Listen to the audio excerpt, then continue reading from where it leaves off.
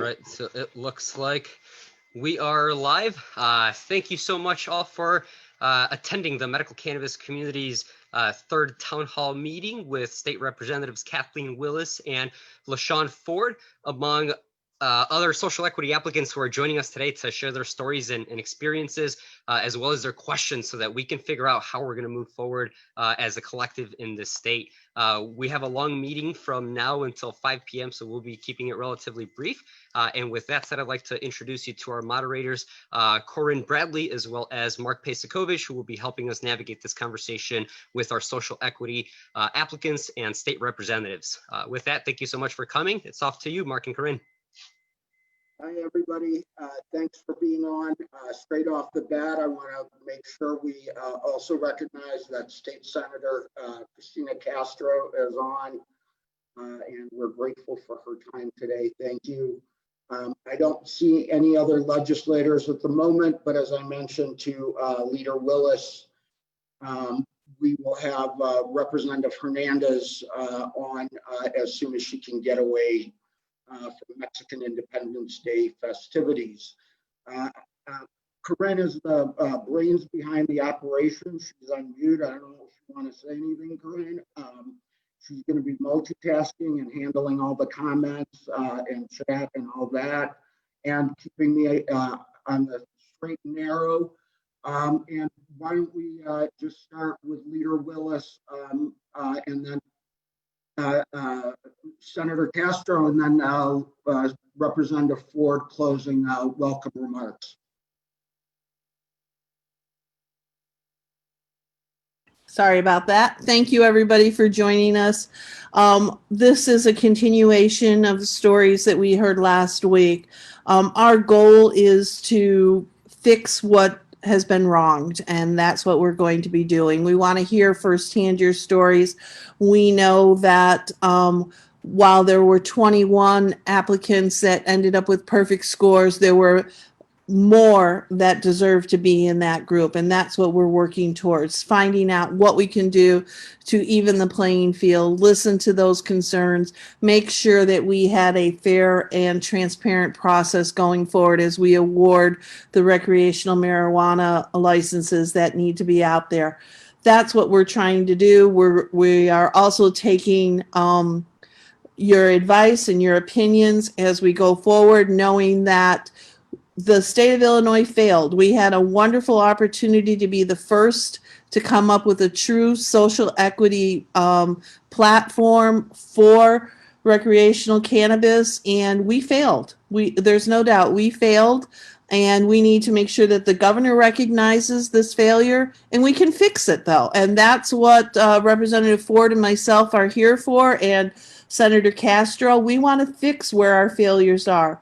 And let's learn from those mistakes. And our intent was to have the best social equitable platform there, and we failed. So let's get that right. Let's learn from our mistakes. Let's go forward.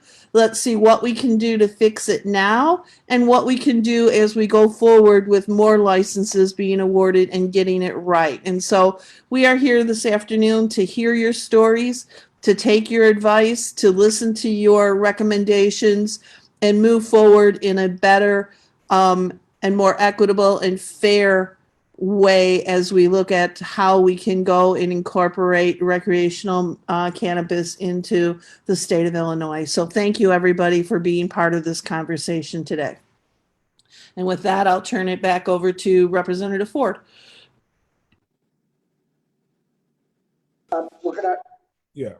We're going to do the ladies first. I hope you don't mind, Rob.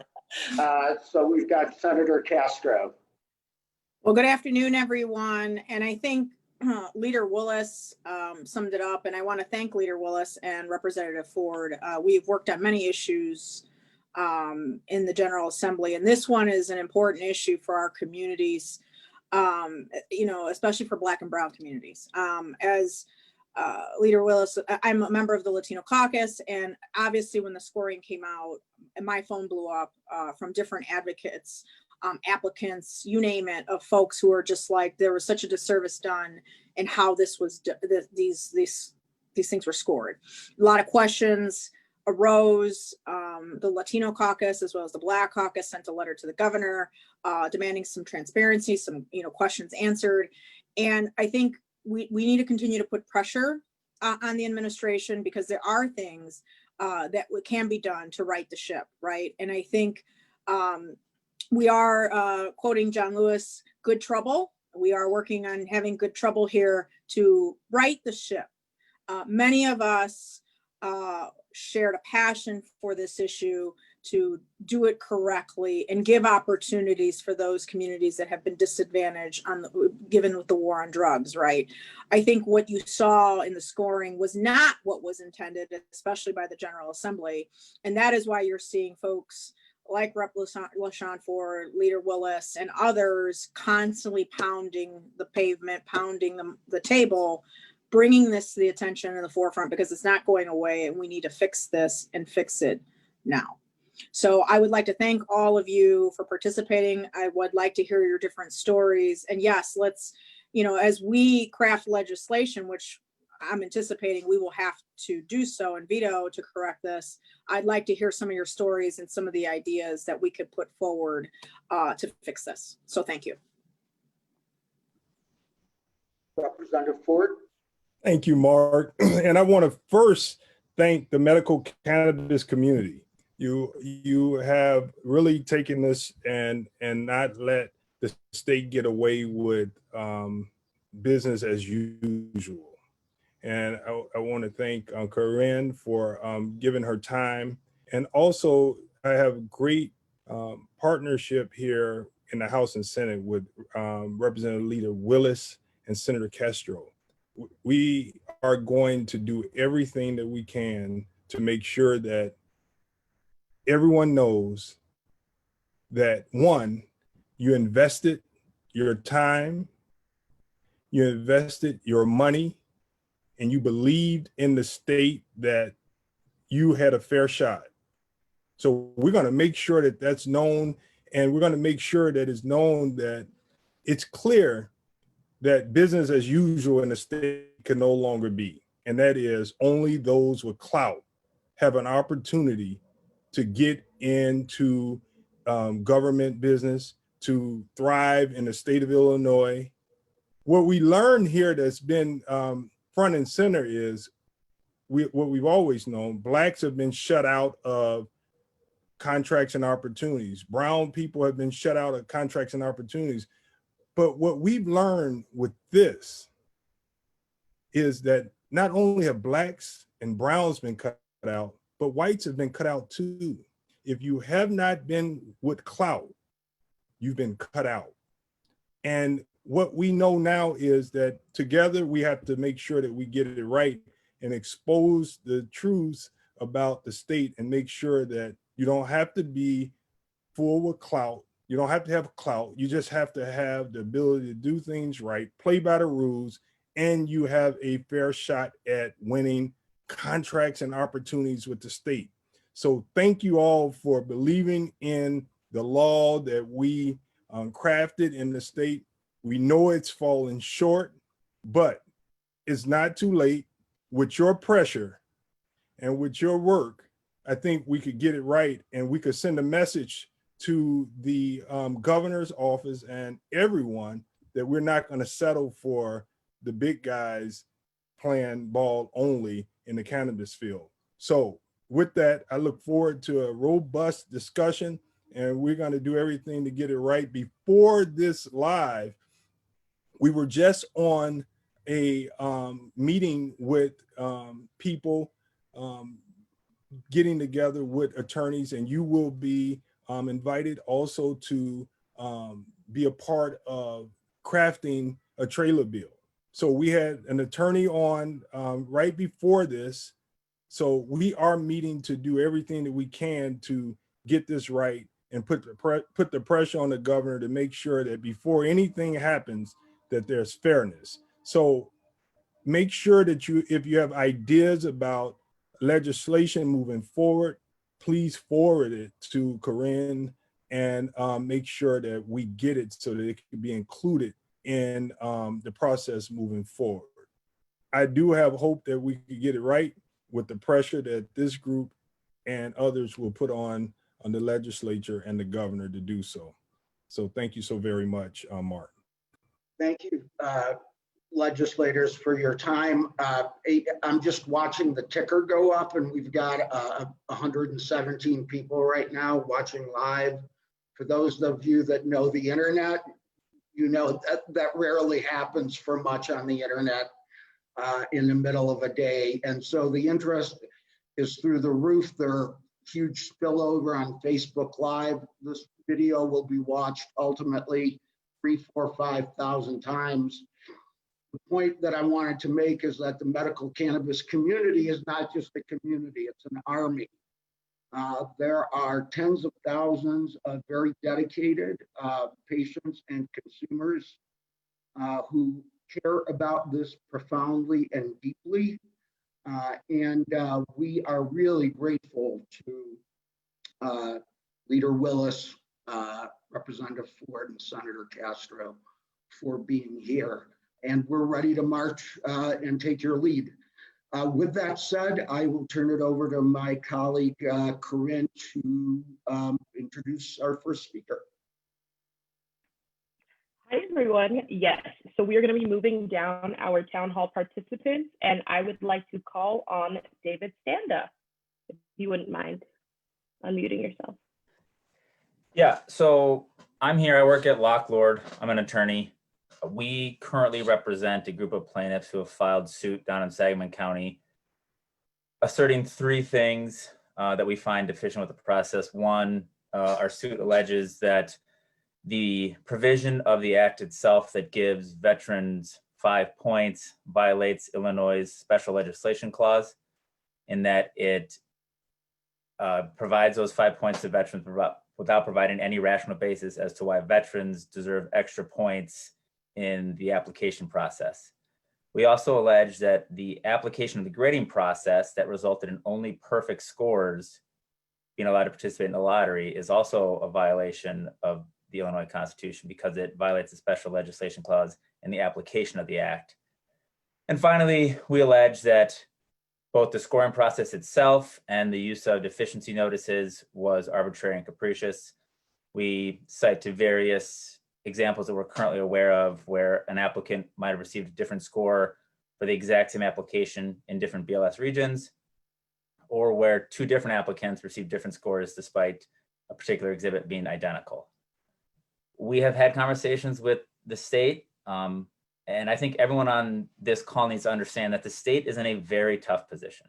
There is a statute out there, and we can all sit here and say that the winners look like they're connected, and it does appear as though they are connected and have clout, as Representative Ford indicated. But the fact is there's no indication that they didn't comply with the statute. And everyone went into the application process and decided how much money they wanted to spend on their applications and how much money they wanted to spend on their application fees and how many times they wanted to apply. And to be clear, no one is a winner yet. No one has won. The 21 quote unquote winners are just in a lottery. At the end of the day, some of those 21 are going to be losers too. They're not going to get any licenses. And so no matter how this breaks, there is going to be groups of people that are upset. If the state decides to let more people into the lottery, then the current people in the lottery are going to be upset about that because it lessens their odds. If the state doesn't let more people into the lottery, then obviously anyone that's not in the lottery is going to be upset because they didn't get a chance. What everyone has been saying, I echo though, that we need to ensure that this process was done correctly. And we can take the time to make sure that we review the scoring process, ensure that the people that receive certain point totals on certain exhibits, that those are accurate, that nothing was below board and that everyone had the same information going into this. That's all stuff that we need to look into. But I just want to make sure that everyone understands that it is a difficult position that everyone is in now. There was nothing wrong for applying for a license in every BLS region. The statute says you could do that. There was nothing wrong for applying for 10 licenses in the Chicago region. The statute said you could do that. So to then go back and then take away people's opportunities that have won, that'd be unfair to them. And they would obviously, there'd probably be lawsuits coming the other way. So it's a tough spot. I think that it's going to take some time to figure out what the best way forward is and to figure out what the resolution is. But I think the most important thing is we need to ensure that the grading process was not that I don't want to say it was unfair because I don't think that's accurate. I just think it was a lot of work and there were mistakes that were made and that we need to go back and review those to make sure that it was consistent and that one exhibit, if it was the same, it got the same score across all regions for all applicants, and that people deserve the scores that they got. And it sounds like people have stories and explanations that they didn't get those scores, and that's unjust and we need to review that. So from a legal perspective, that's my take.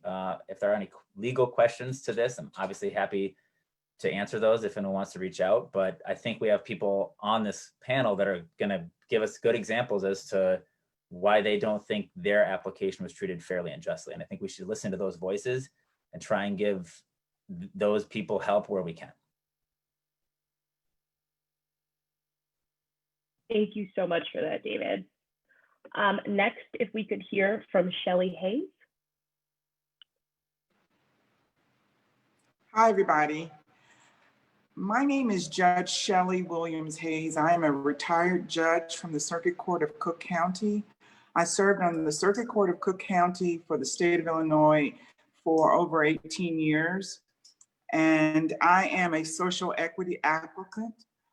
I am the Vice President and Chief Legal Officer for UHCC Incorporated, doing business as Bridge City Collective, Illinois.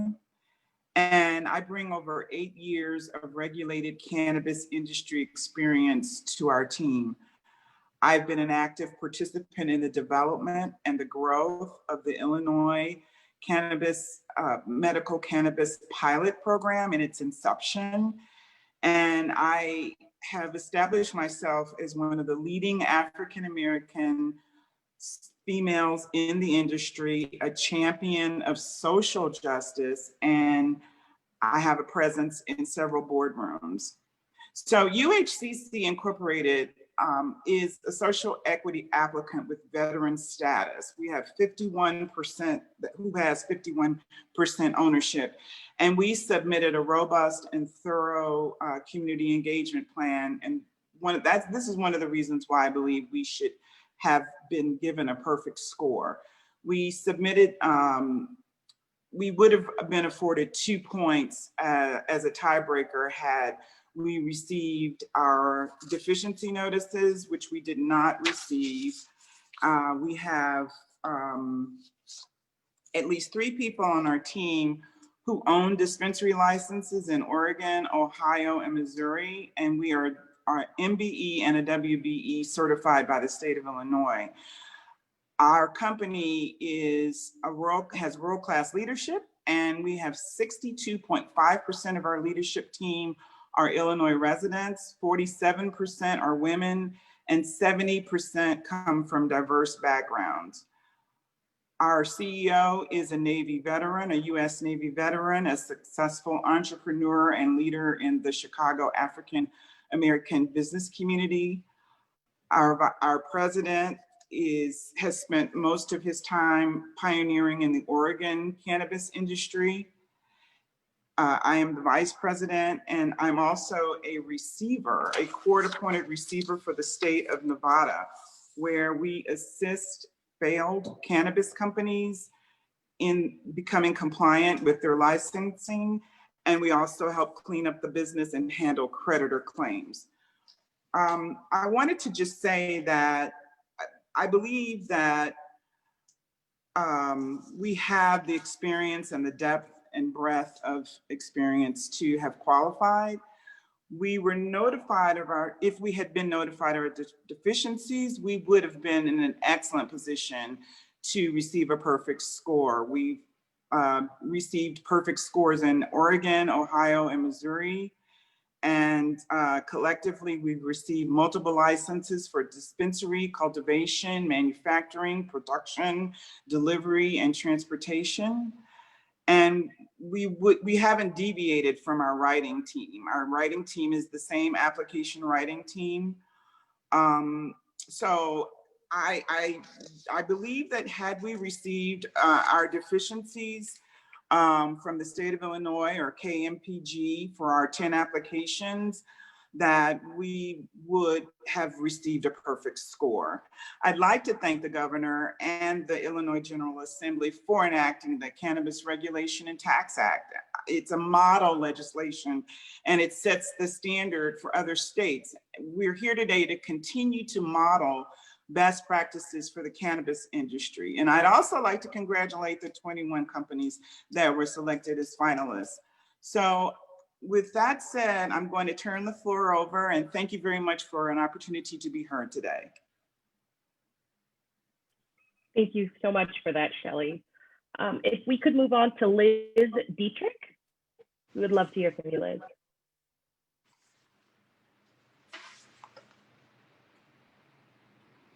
Hi, everybody. Sorry, didn't know I was being called on. So I'll just kind of tell you what's a little bit about some of the things that we're seeing as sort of an overarching, I don't know, just what we're hearing from everybody, right? It sounds like that for social equity, a lot of people were not granted social equity when they clearly ticked all the boxes that they needed to check off. And when it came to deficiencies in other areas, some people received a notification and some people did not. And I think those two things together are just clear proof that, you know, there needs to be some sort of a double check on the scoring that was done, because, you know, not to sound like, you know, whatever, but, you know, it just doesn't feel fair. You know, if one person's given a notification that says, hey, you didn't include this one specific piece of information, and they're given the opportunity to put that information back into their application, whereas somebody else just gets a point off with no explanation whatsoever. And I think that's also the frustrating thing, is when you get your scores back and you see a point has been taken off, but there's no explanation of why. Why did we get a point taken off for, in some cases, a section that seemed pretty cut and dry? It wasn't about business opinions. It was basically about, how are you going to follow this exact law? You write that out, and then you get a point taken off with no explanation. And I think that's what everybody is just sort of desiring is, you know, we're all qualified, we're all smart. We've all got a lot of really good reasons that we should be in this lottery as well. And for whatever reason, we were scored differently. And that just, I think, is the problem here. And just knowing that it was fair if we were told here's exactly why, or if we were told that you did actually get a deficiency and you still didn't answer the question properly, or if even in our case, if we did get a deficiency for social equity. However, the deficiency that came was, instead of saying you didn't turn in enough information about this one thing, or we are questioning this one specific part of it, it's you just didn't do this right. And literally it was just a cut and paste of almost the entire part of what social equity is. So we didn't even know what we had done wrong in the deficiency at that point. So our deficiency wasn't even helpful. So we essentially resubmitted with more information that you could possibly imagine, and still they won't accept it. So the lack of information on what happened is very frustrating. And I think that's what everybody just needs. We need these scores to be reviewed when appropriate. That's all. That's all for me. Thank you so much, Liz. If we could go to Gregory Richards. Gregory? Oh, Greg, if you could unmute yourself.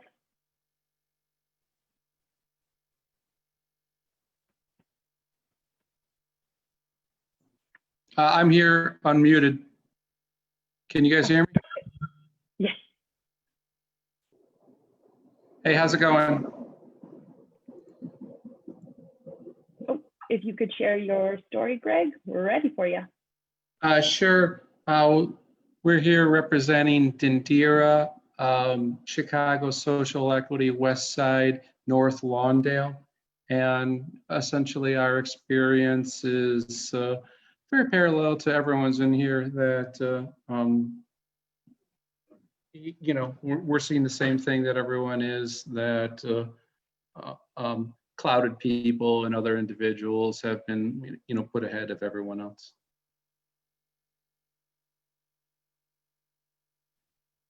Okay, thank you for that. Moving on to Annabelle Vega. Good afternoon, everyone.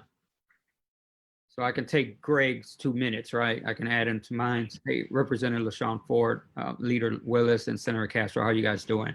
My name is Annabelle Vega. I am a U.S. veteran for 14 years, 51% owner of the People's Dispensary, which we have licenses in Oregon and in California here. I live on the south side of Chicago for 10 years in the Auburn Gresham community. So I live in the community that's been disenfranchised.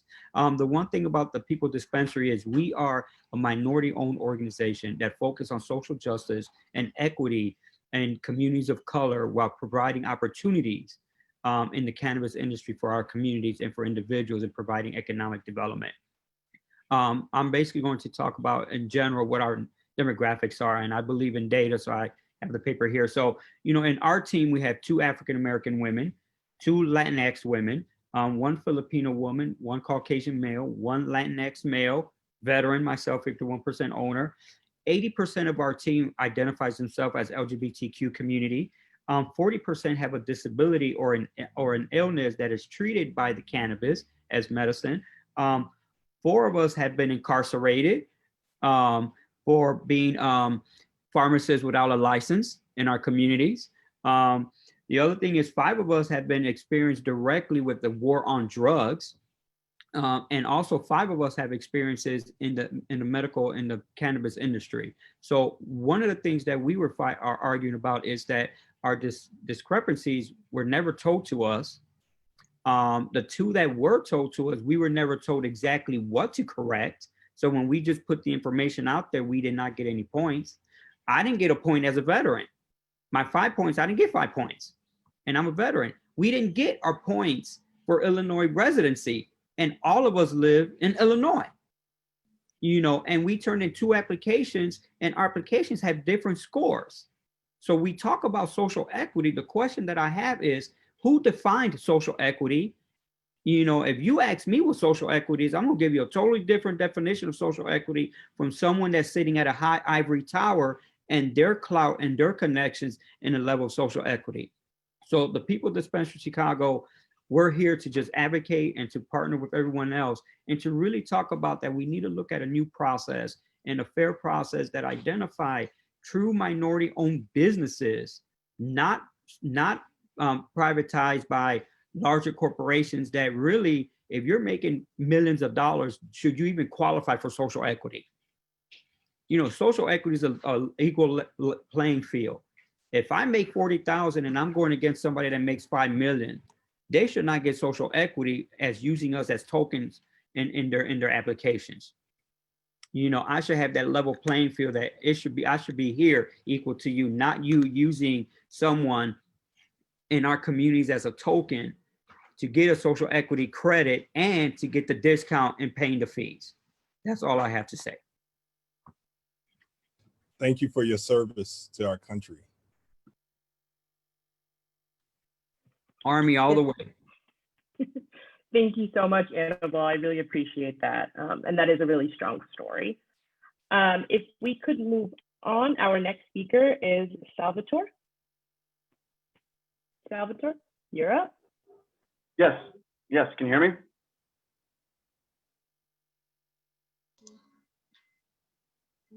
Yes, we can, Salvador. Continue, please.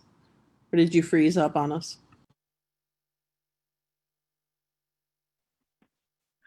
Ooh, okay. It looks like we're having a little bit of a technical issue. We can get back to Salvatore. If we could move on to Moncherie. Hey, good afternoon, everyone. As she said, my name is Moncherie Robinson, and I'm with Buddies LLC. We put in for 1 dispensary license for the Chicago, Elgin, Naperville region. And so I just want to start by sincerely saying, I truly and humbly appreciate all of the elected officials for taking the time out to listen.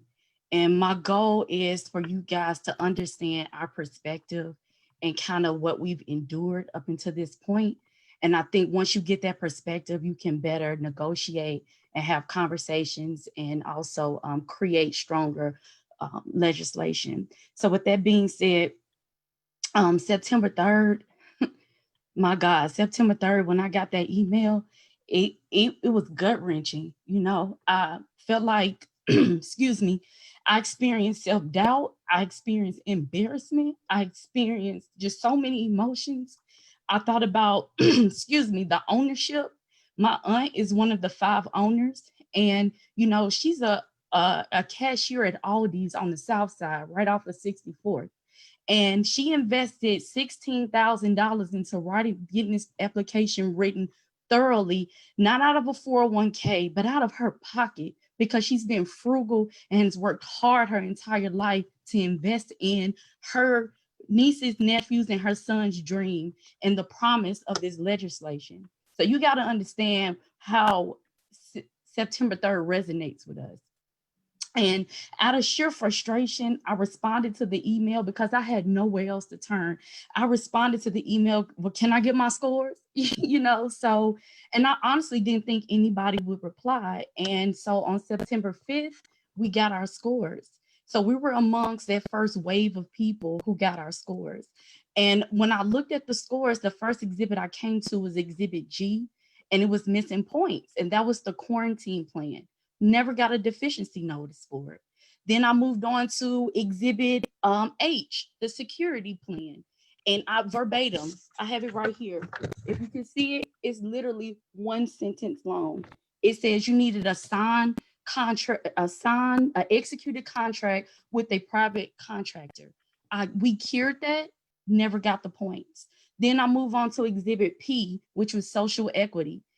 And at that point, I'm like, now, if I'm not nothing, I know we social equity, right?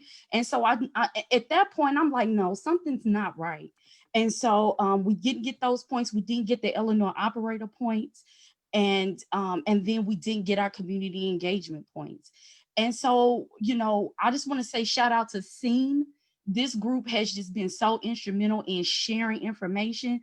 I immediately shared my scores with them, and everybody is taken back by just the level of carelessness in grading these applications, right? And so, and I also want to make a point that we invested heavily in getting the application written. And so when we got deficiency notices, we had a team of writers review our deficiencies before we turned them in to the state. And so I just want to make it very clear, we were thorough. And we paid for a thorough job, yet KPMG got 4.2 to be careless. That's a problem. And so I said all of that to say it's 2 ways to right this wrong, in my opinion. It's what can we do before the lottery? And that is to review all applications, including the 21. Just like you carelessly did not award points, you could have easily carelessly awarded points. So I think this warrants a review of all applicants, right? Before we go into any type of rescoring, we need to make sure that everybody has their scores. Because I'm gonna tell you who's better than KPMG at scoring applications, us. So if we look at our scores, we can easily tell you any outliers and mistakes. And so once you send everyone their scores, it will, send everyone their scores, allow for the deficiencies in the curing process. The second thing we need to make sure we do now before the lottery is create some, whether it's temporary or makeshift, administrative challenge. Part of the reasons why I'm so grateful to be here and you guys to listen is because there is no other forum to raise these level of mistakes. And so my thing is 2 + 2 will always be 4. And what I mean by that is if we still have KPMG and IDFPR as the only 2 people doing the same exact process, the same way they did before, we still have the opportunity for the same mistakes to take place without any type of administrative challenge or review in place before the lottery. And then finally, I think we should change the threshold for those eligible. If you don't do anything else, if you please could change the eligibility for the lottery to around 240, 245. And that would be everybody who got all the points except for the veteran points. And I think that would help ease the tension And I think it would definitely help eliminate the litigation if we make sure that we are allowing the people who need to be in this lottery in the lottery. Now, in addition to that, going forward on a permanent basis, I think we need to eliminate box number 4. Box number 4 is you hire 6 people in a DIA and you get to be considered a social equity applicant. You cannot tell me living in a DIA, being arrested equates to hiring 6 people. It does not. And if we really was to do a thorough review of those 21, I guarantee you they're riding the wave of that 4th box, not living through this stuff, not sitting in jail for this stuff. 2, going forward, I feel like we should limit it to 2 licenses per team. And what that does is it demands diversity of ownership in this industry. You don't get an option at that point. It has to be diverse when you limit it to 2 people. It deconcentrates ownership. Right now, 21 or less people are slated to have these 75 licenses. That does not speak to the intent of the law. And also more people in these DIAs will have ownership. And guess what? If I live in a DIA and I own a dispensary, 9 times out of 10, I'm gonna do business in the surrounding area. So we automatically are increasing the economics in that DIA. And it just disperses the wealth. It just disperses all the things that the intent of this law was, which is to undo the harm of the war on drugs and 80 years of bad drug policy. So those are my experiences. Those are my requests. Those are my recommendations. And again, I thank you for your time. Corinne, before we get to the next person, may I ask a question? And this could be anyone that wants to answer this. We are finding, or I'm hearing, a lot of deficiencies in the scoring, not consistent. Has there been discussions, and Rep. Ford and Leader Willis, maybe you've had that, to rectify that? Because if people weren't being scored properly and there's differences in that, I mean, if like to Mosheree's point, like if they do open it up and adjust the scoring, right? But if your guys' scoring is still wrong, that defeats the purpose for some of those folks. So that's just a question, and I don't know if anyone has brought that up. I'd be curious to see what some of that discussion has been. Ralph, can I jump in on that one real quick? We did multiple applications, right? And if I can just say this, we did multiple applications. So that means we got multiple notices for deficiencies. That means we have a system in place where we can look at how this corporation got a deficiency notice that said one thing, and this other corporation got a deficiency notice that said another thing. I think the process with the deficiencies are that it's not a fair and transparent process, right? Because I represent multiple applications and corporations applying, and each different corporation got a different type of notice. That's not universal, right? Whatever the reason is something the state has to figure out. But the deficiencies in itself, right? I got notices, some corporations I'm part of didn't get a notice, right? And others are like that. Had they got a notice, then they would have been able to rectify the problem, right? On the other hand, some corporations got notices that actually showed you how to spell out the problem, right? And so I think KPMG and the state recognizes that legally these attorneys are aware of that, right? And so to that point, even in the deficiencies, they never gave everybody a notice. And then some folks who did get a notice, the notice was inaccurate. Case in point, one corporation got a notice said, I only had 1 deficiency. But when I matched up that deficiency, how many points I missed on that to the rest of the scoring, that it showed me that, well, this is wrong. I should have got deficiency notices in these 2 other areas, which would allow me to catch up to that perfect score. You follow what I'm saying? So I got a deficiency for 1 exhibit. They didn't send the deficiencies for the other 2 exhibits, but the other 2 deficiencies in them exhibit caused me not to get a greater score. I mean, the process is flawed. Just it's flawed. Senator Castro, to answer your question regarding the rescoring and reevaluation, the emergency rules published by the IDFPR that eventually became the administrative rules after the process played out, which is why there was an additional delay between June and September, spells out that there is no administrative review.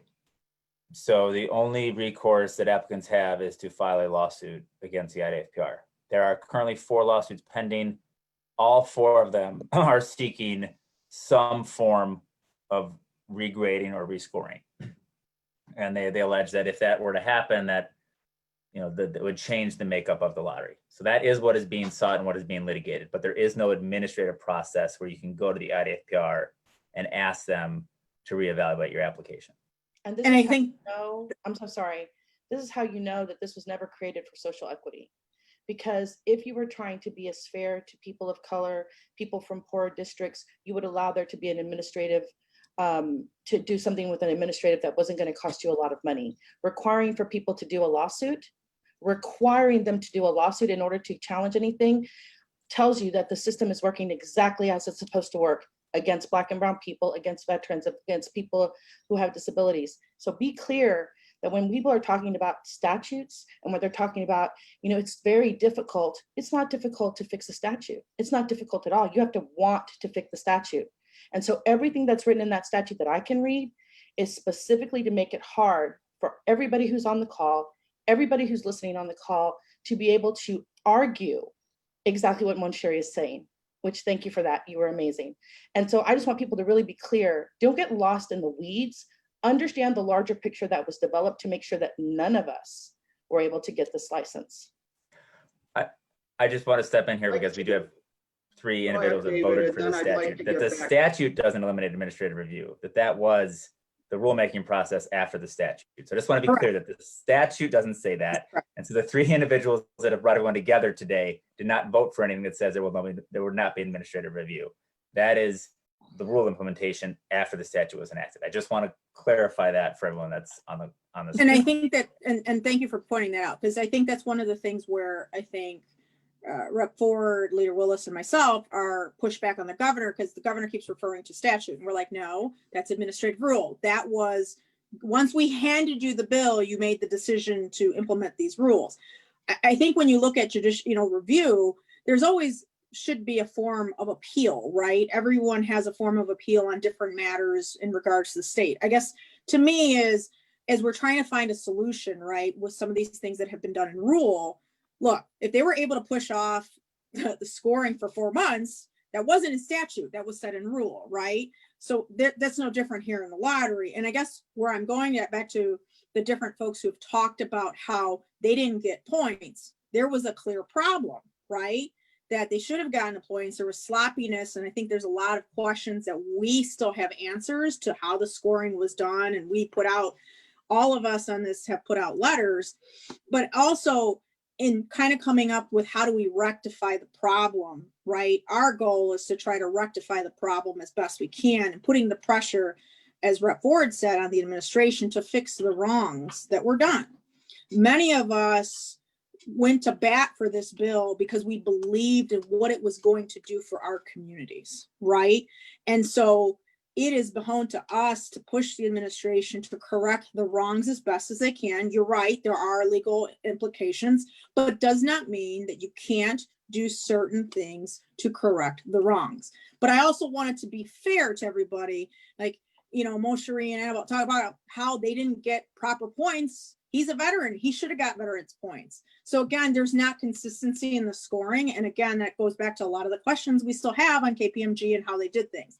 But I'm trying to also think, as a lawmaker, I'm trying to think of the solving the problem to offer the administration when they come back to us, because they're going to come back to us with their viewpoint and what they want to do, to say, wait a minute, what are you going to do with these folks who are not given the deficiency, were not given the proper points? What are you going to do? Because that's also not fair that you didn't score it right. It's not their fault. Yes, it's not the people who won the lottery's fault, but something has to give here because it wasn't done properly, right? So I think that's kind of where I was just trying to get to see if that conversation is happening. And yes, you're right. In the administrative rule, there is no point for review. And the question is, can they adjust that? I guess that's all for the lawyers in the room, right? So that's really kind of where I was going on that topic. Yeah. One other thing, Senator, and then we'll move on for more. We have had that discussion, and I think one of the things that's come out from the lawsuit is IDPRF is taking a slow down and looking at this and trying to correct what they had. You're totally right. There is a difference between legislative law and rules can be changed along the way without us actually having to go back and doing that. And that is our intent, to do that now and then continue on as we go forward, actually changing the law and making sure that our legislative intent is covered. So thank you so much. And I know we're running out of time. We want to keep moving on forward. And I see Salvador's back, so we'll probably go there. Thank you so much. We're going to go to Salvador next. I just wanted to tell Senator Castro what Leader Willis and Representative Ford had heard in the previous meeting that you couldn't make. From the sublime to the ridiculous, they heard from an applicant who got 5 points for being a veteran applicant, even though they weren't a veteran applicant. So we'll go to Salvador. Good afternoon. Sorry about the phone issue I had. It kicked me out there for a second, but I'm back. So I'm Salvatore Giovingo Jr. I'm with Fox River Gardens out of the Rockford region. And everything I'm about to say today, I do not want to take anything away from the legitimate winners who have won. They deserved it. It was a tough application, and they read it very well. I will give them that. So I had points deductions in 7 exhibits: D, E, F, G, I, J, and S.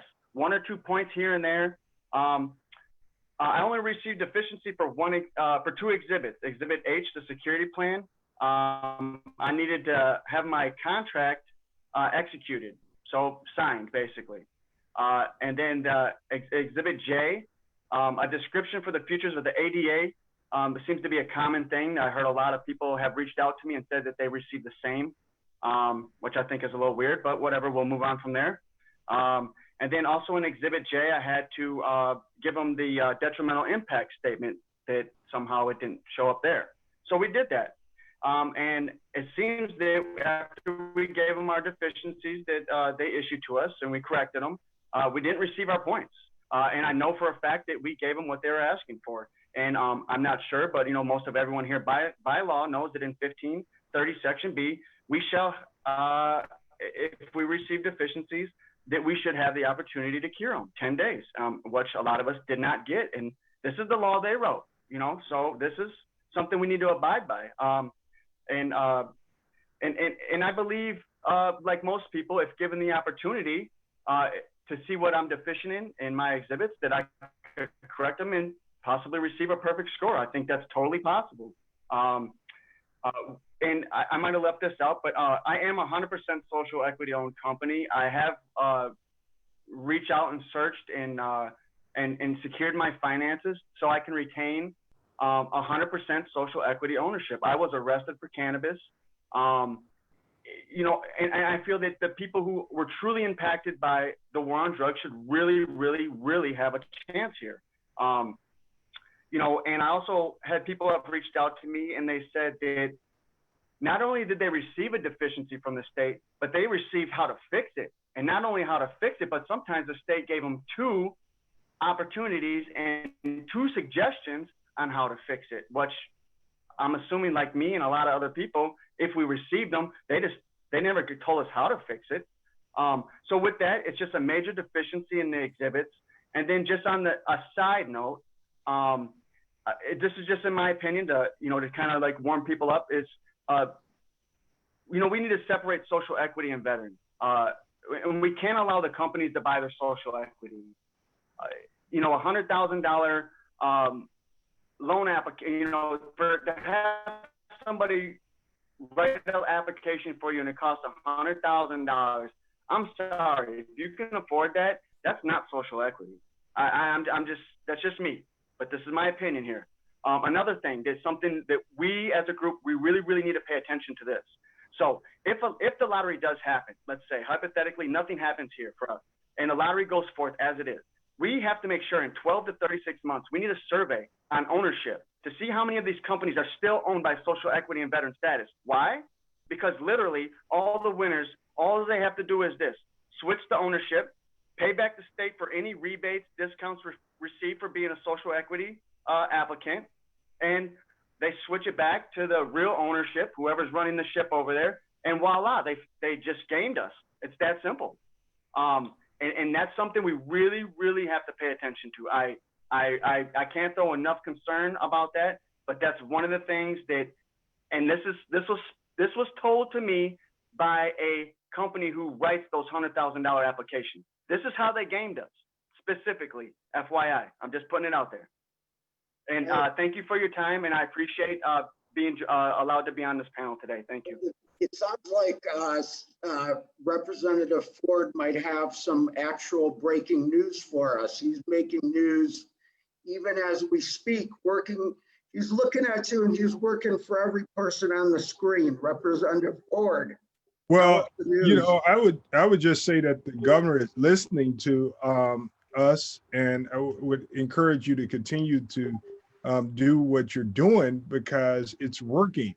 You know, when I closed out my screen, it was a call from the governor's office, and he's hearing from the caucus, he's hearing from all of you, and they're going to be meeting with us on tomorrow.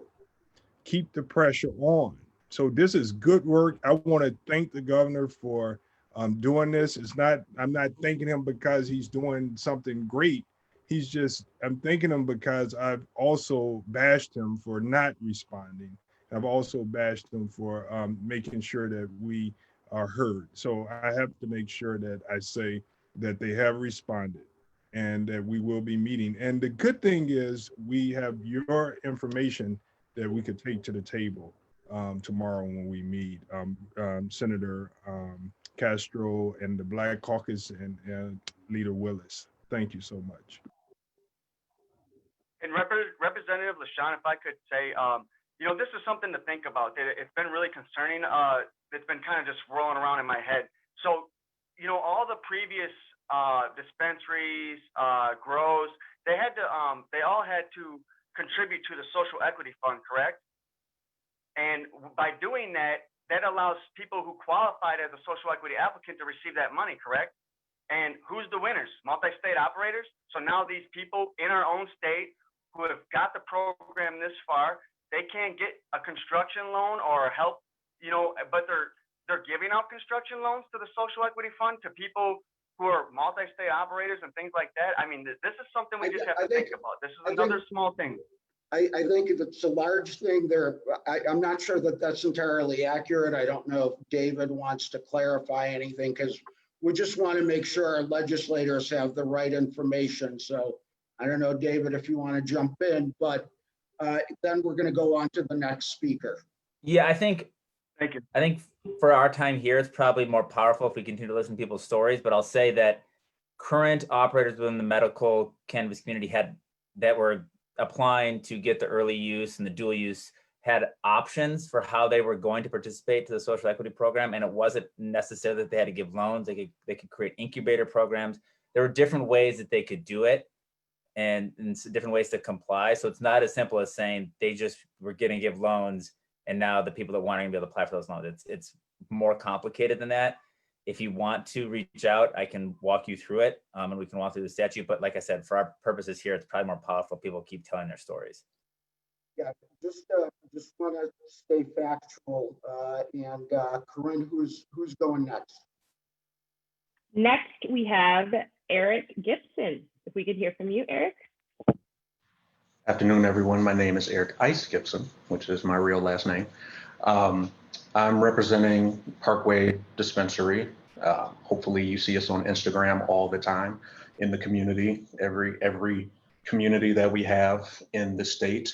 Like many other people, our application, so we got 247 points out of 250. We had 2 deficiency notices.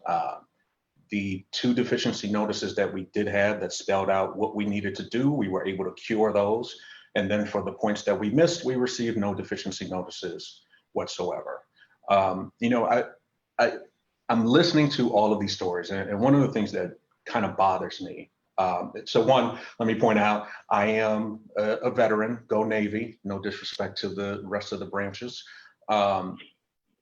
All of the money that we raised, we put in 20 applications, but when you hear that across 9 BLS regions, when you hear that number, please know that this was bootstrapped, that this was our personal dollars, this was friends and family, no multi-state operators or anything like that.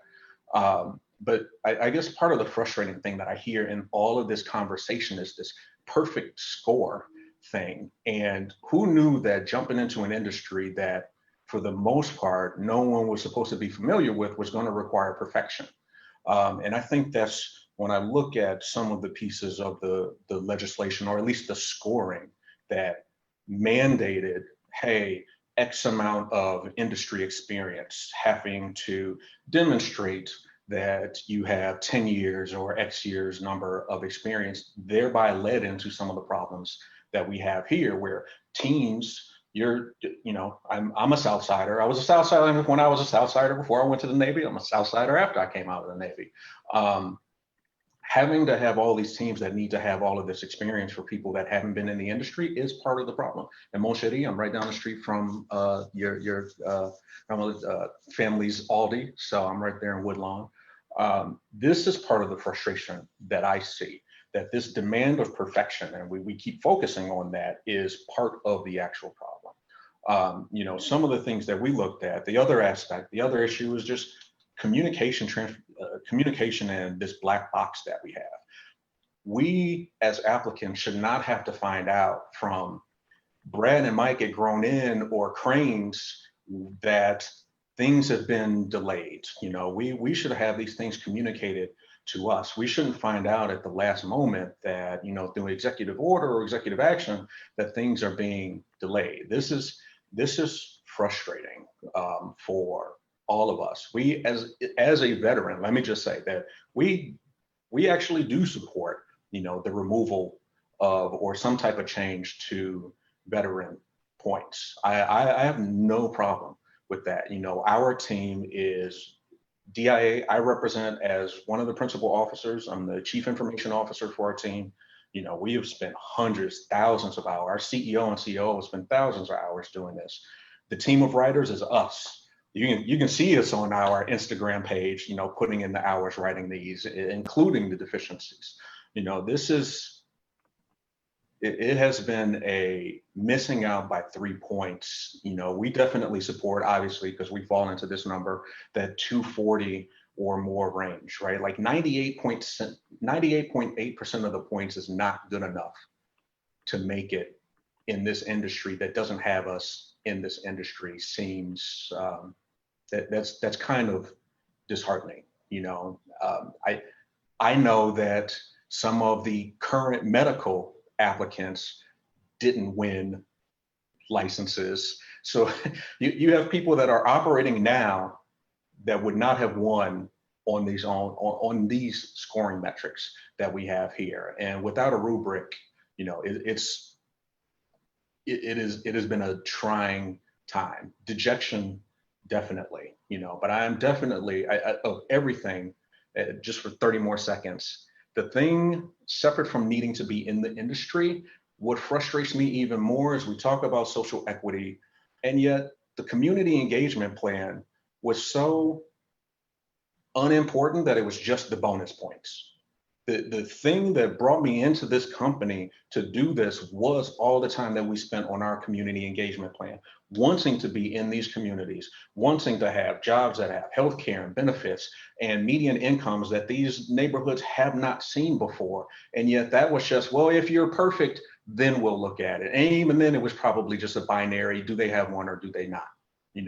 That social equity piece is what makes me, I went from being dejected to angry now. So every time I talk about what's missing in the legislative intent or the spirit of the law, that's actually what I see.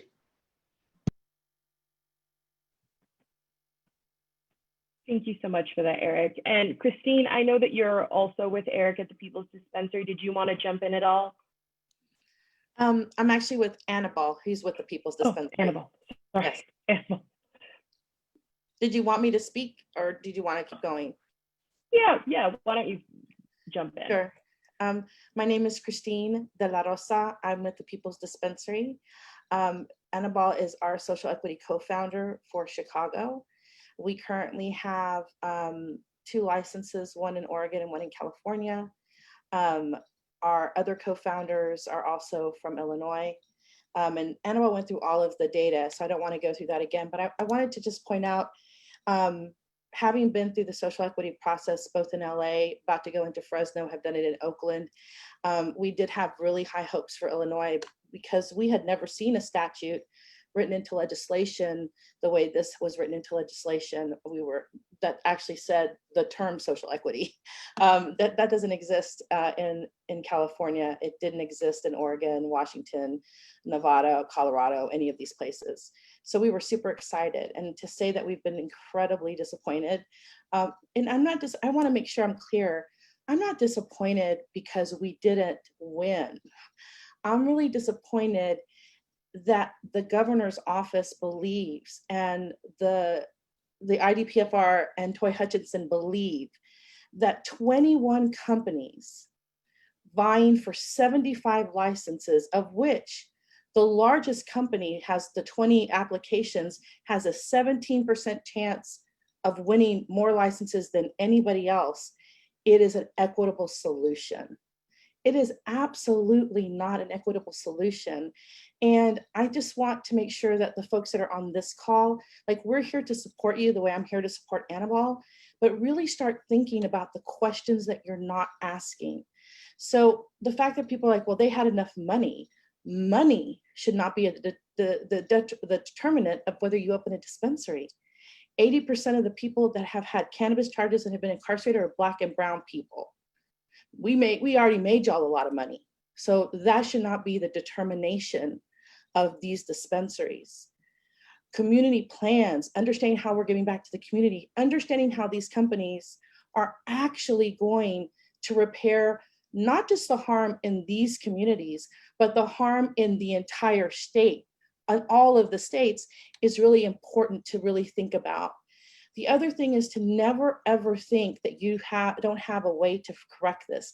Y'all are in a very interesting place, which we did not get to do in California or in Oregon or any of these other places where you have a chance to make a change to the rules. And I want to thank David for correcting me, because that's what I was talking about, the regulations and the rules. And to ask these 3 questions, and these are 3 questions that anybody can ask. First of all, it's who owns the 21 companies?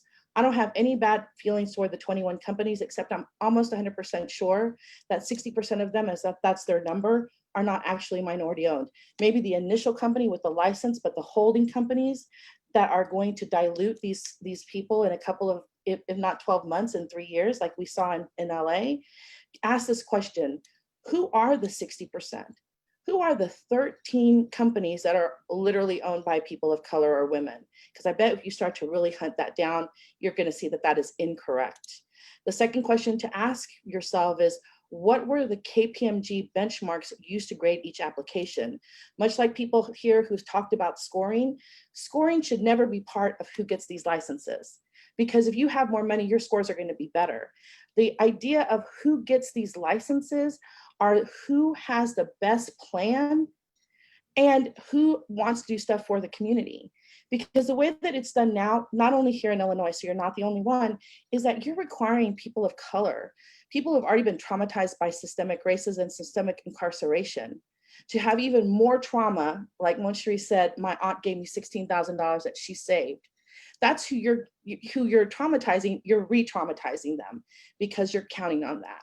And then the very final thing that I will say in terms of questions is to really focus. I know that the lottery is not going on right now, but there was really a push to do the lottery, and to really ask the question about, why would you not have 75 companies for the lottery? 75 companies for the lottery. Because let me tell you, these big companies, Americana, dealership, they can have 10 licenses, but why in a moment of social equity would you only give 10 people or 21 people the ability to get 75 licenses? That's how you make it equitable. And let me just tell you something that I've learned going through all of this with a lot of different states. Social equity is expensive when it's fixed. Social equity is cheap when it is fair.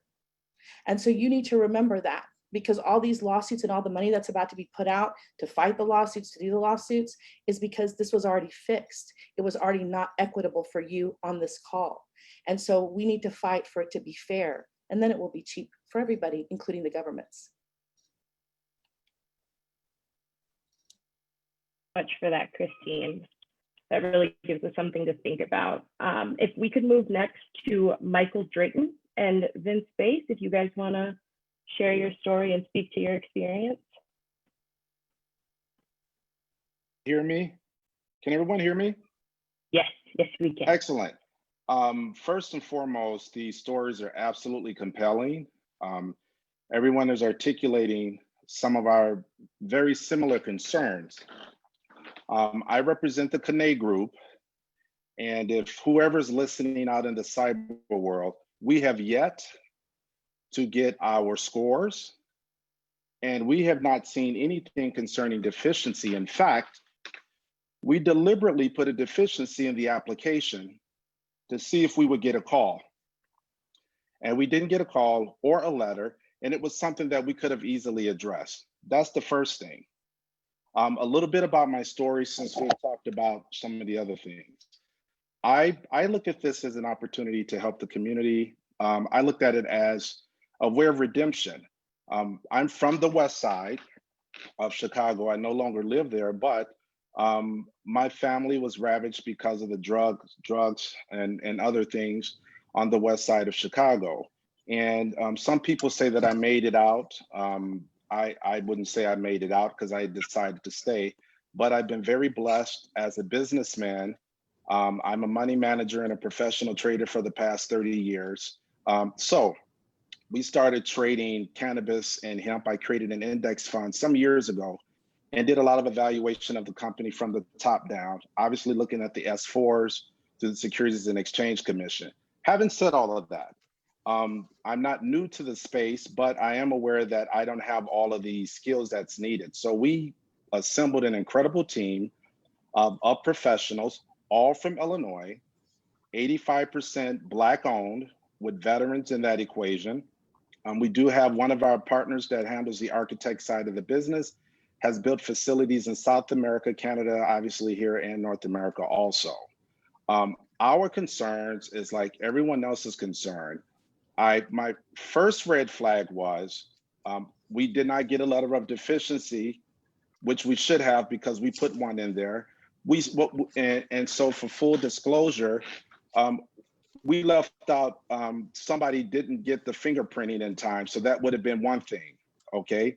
The other thing is that we are concerned about also not only the deficiency part, but the perfect scoring system. You know, in my business, perfect scoring is an anomaly. So all of a sudden, social equity comes out and you need a perfect score. So we're questioning the scoring system. As Eric said, the metrics, as well as the rubric in which it was, how it was sort of evaluated. And so we have a compelling story. I'm still in the community. I spend time in my church. I've given back, put people through school, and we thought this was a great way to help the community. In fact, 5% of Kane's group proceeds, we have a community trust that we've set up with somebody running it to assure that money is going back.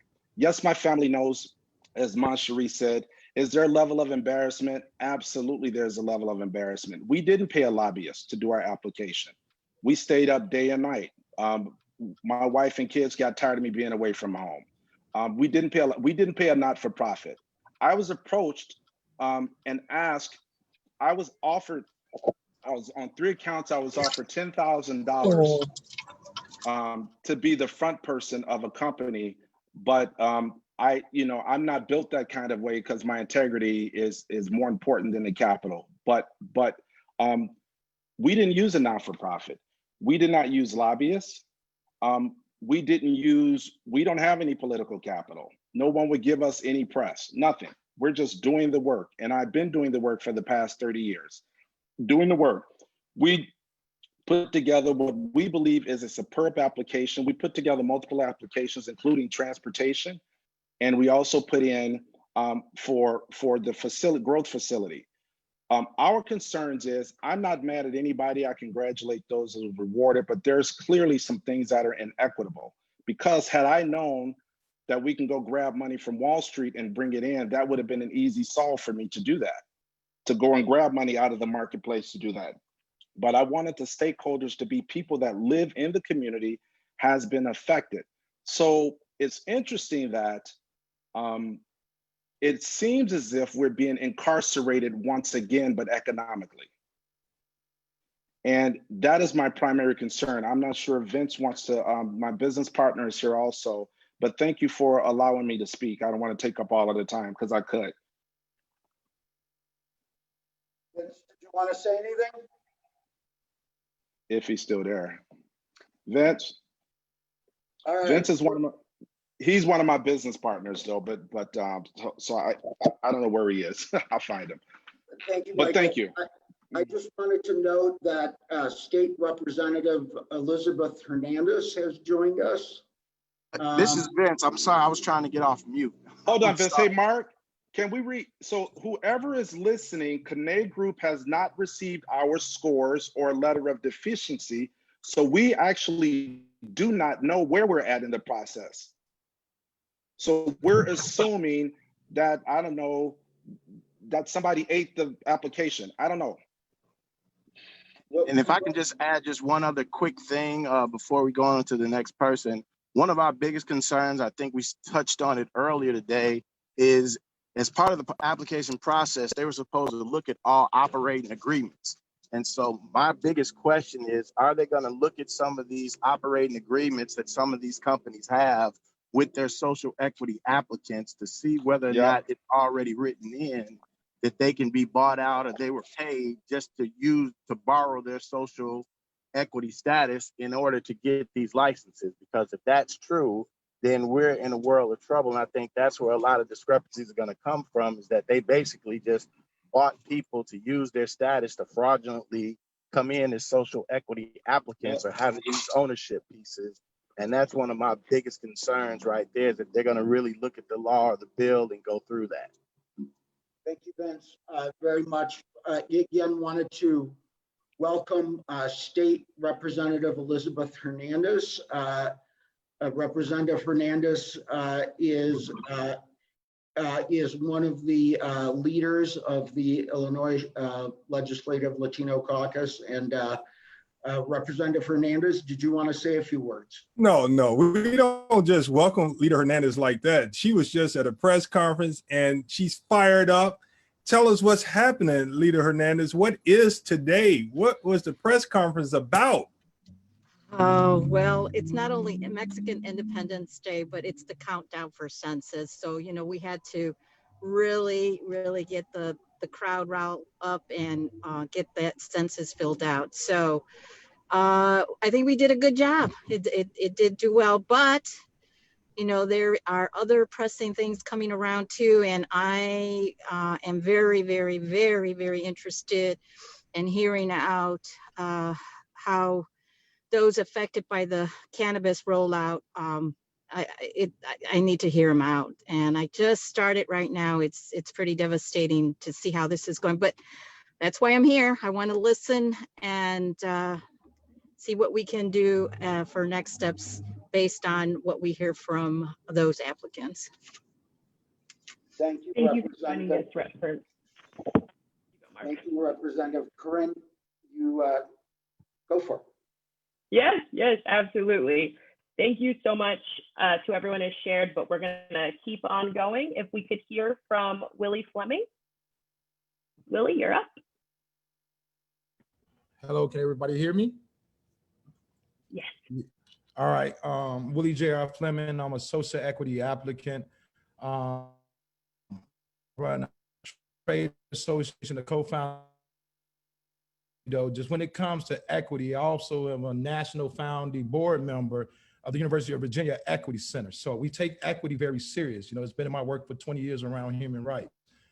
Outside of that, I'm somebody who's impacted by the war on drugs. Like I stated before, we put in cases with the point to test the new system that everybody promoted, right? So first of all, let me thank the legislators for doing this. Let me thank the legislator for making the social equity bill for cannabis in Illinois a reality, right?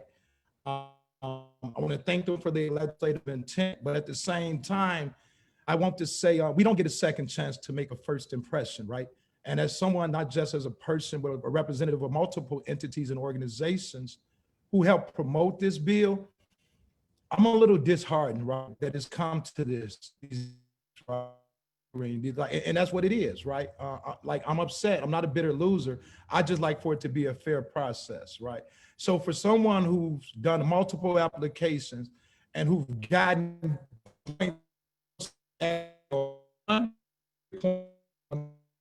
something is flawed in a process, right? But to be clear, I want to talk about the solutions, right? Clearly, the governor's office and the department, right, hold the magic wand. There's a already started called 4 lawsuits, right?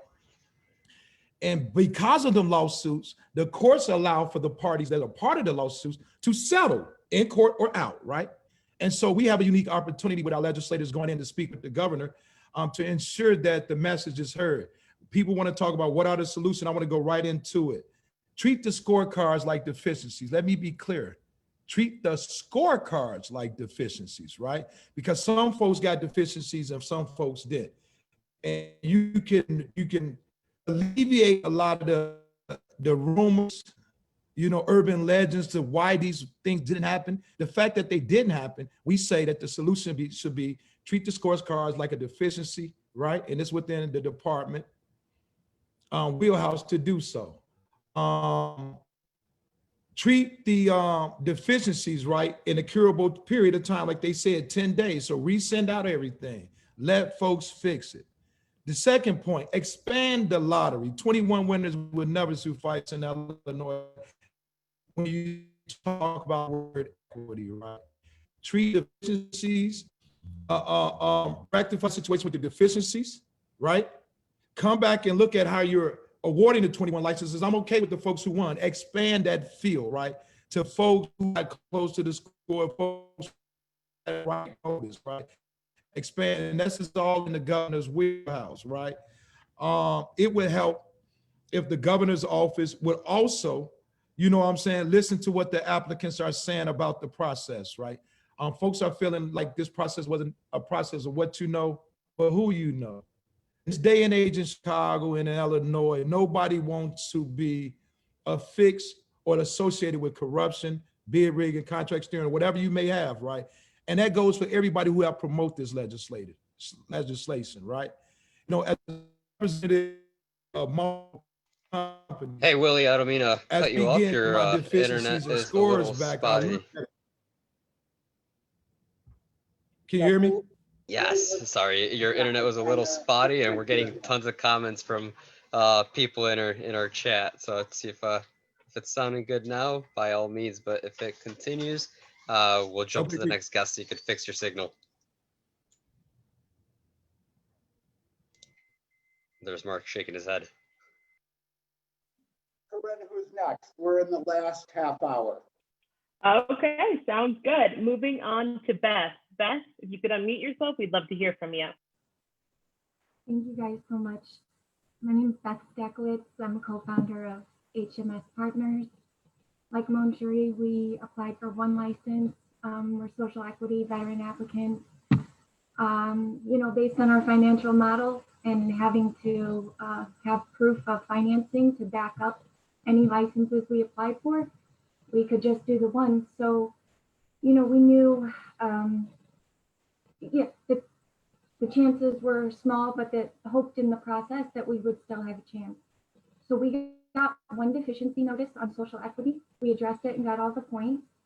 We did not get any other deficiency notices, and I just saw our score on a couple days ago, and the security plan was 1 point with no deficiency. We had an executed contract with a licensed security company, and we had a 50-page security plan. No deficiency explaining why we only got 1 point. And then we got 0 points for Illinois residency. You know, how could we be social equity in Illinois and not be an Illinois resident? Also, no deficiency notice there. So it was inconsistent for us, like everyone else is saying.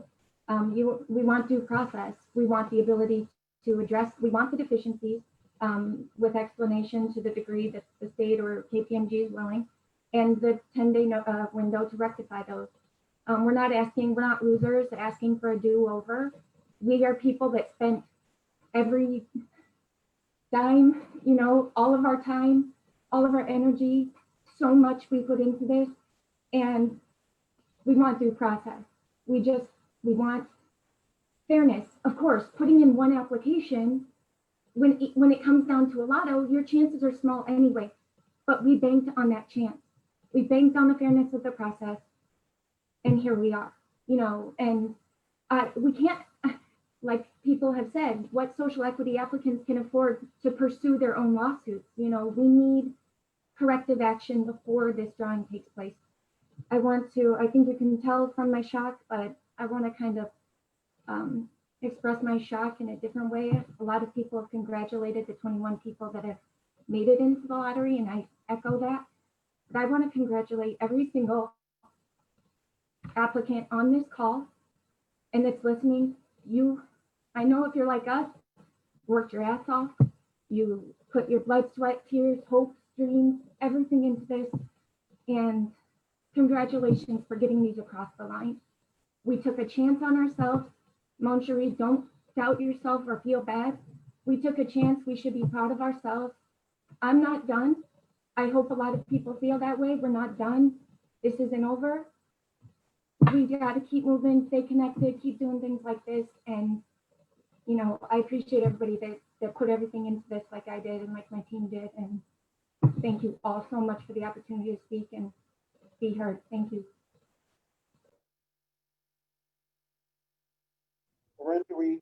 Who's our next speaker?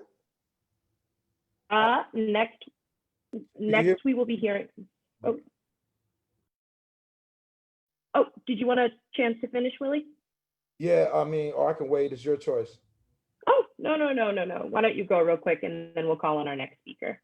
Yeah, so all I was saying was that somebody who operated and put in several applications, right? Deficiency notices was not universal, which spells out a process. But I do want everybody to know, the world to know, the legislators to know that because of the lawsuits, right, the governor's office and the department can remedy the lawsuit by doing all of the things these folks have said on the call that was adversely harmed, right? So this is within their wheelhouse, and although the state legislature didn't allow for folks to have administrative review, the lawsuit do give the governor's office and the department some power. So there is power over them for them to redress the situation. We say the redress is treat the deficiencies in the scorecards like deficiencies. Because of the inconsistencies and the deficiency notice is another thing, treat the scorecards like the deficiencies, give everybody an opportunity to rectify their deficiencies. And that's coming from someone who knows that the process was flawed. 2, keep the 21 winners. We're okay with the 21 winners. Expand the lottery, right? There's too much legislative intent that went into this bill, too much promotion. I don't want to be somebody who felt like I have poured a Kool-Aid to some bad legislation by promoting it, right? Encouraging people to apply as social equity applicants or veteran applicants, regardless of their status, but encouraging people to apply, to spend their money, their lifelong long savings, you know, in this opportunity to participate in this emerging industry. So there's a lot of power within the governor's office to do a lot of things in the Illinois Department of Professional Regulations, right?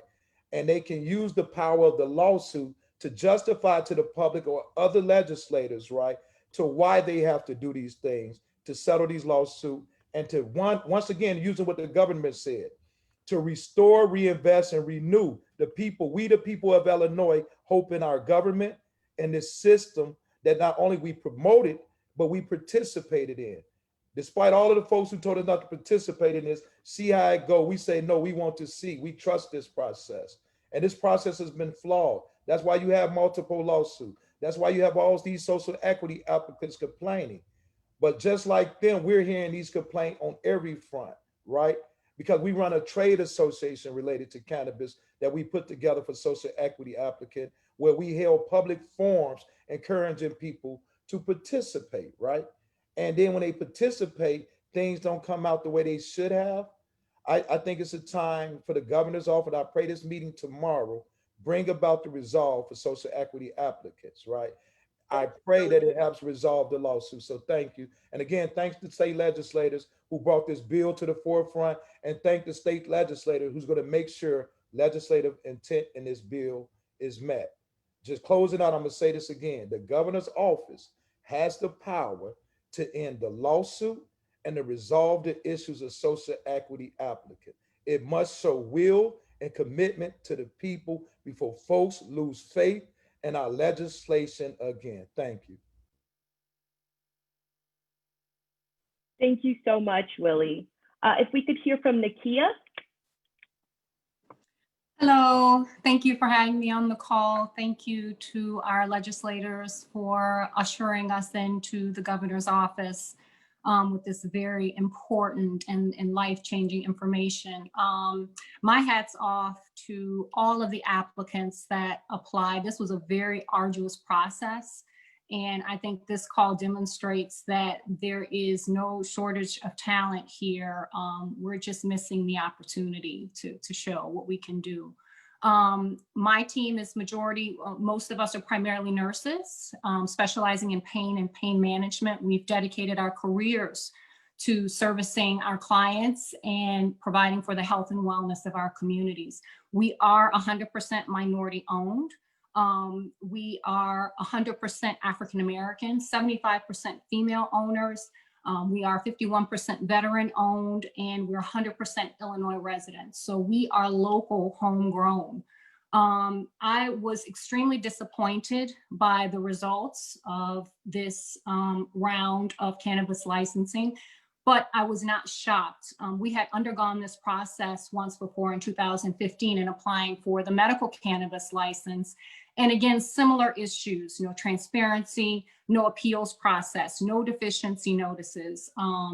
We were not given minority status. We were not given Illinois residency status. That was not even considered in our scoring.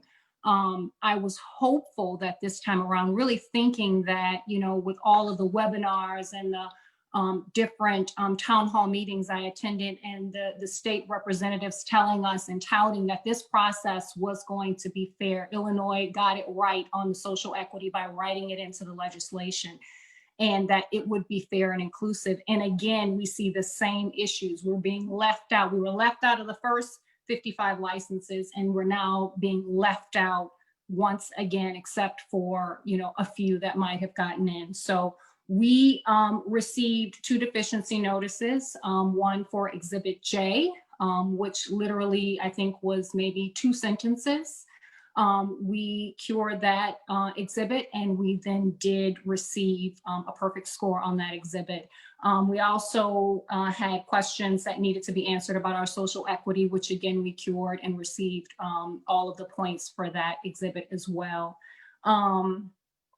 We did not receive any further notices for the other exhibits with which we were deficient, and therefore we did not receive a perfect score. Some of these exhibits were, 50 pages long, and the thought of not getting into the lottery because we missed a sentence on a 50-page long exhibit is completely ridiculous to me.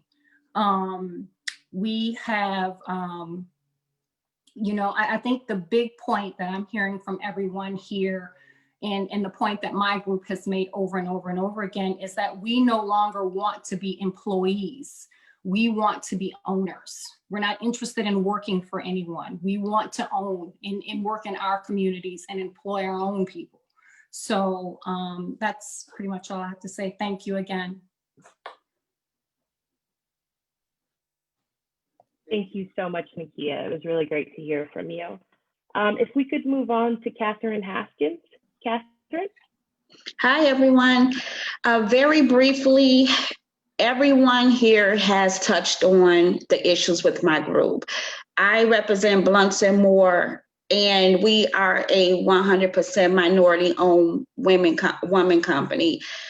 We have a veteran. We have 2 social equity applicants, and we both live in the DIA. And so to just piggyback just really briefly off of what everyone is saying is, the first thing is we want to see transparency in the grading rubric. That is one of the main things that we would like to see. And also, we never received a deficiency notice to cure our deficiencies at all with our group. And then lastly, because I know we're pressed for time, is I'm also part of the group SEEM, and that is for social equity empowerment network. And that the reason that group had to be put together is because we're all social equity applicants, Black and brown, and we knew that we may get the short end of the stick in this process. And this is what's happening when you see that 21 applications are going into the lottery, and majority of the social equity people are being we're being shut out. So the bill and everything that was presented to us by the state of Illinois saying that we're going to try to cure some of the wrongs of the war on drugs within these Black and brown communities, we're still being shut out of this process. And so we just want to see more transparency. We also want to see a due process with being able to talk to someone and be able to appeal some things on the level with the IDPR, but we're not seeing that. So like I said, I know we're we're stressed for time. So that's pretty much it. We just want to have the opportunity to cure our applications, and we just want to see more transparency. And also, I'm with everyone else. 12 months to 3 years from now, let's be able to go back into those quote unquote social equity applications or awarded businesses and see who actually still is standing as a primary owner within their business. And that's it. Thank you. Corinne, do we have any more speakers? Yes, we do have one more, I believe. William Moss. William, are you on?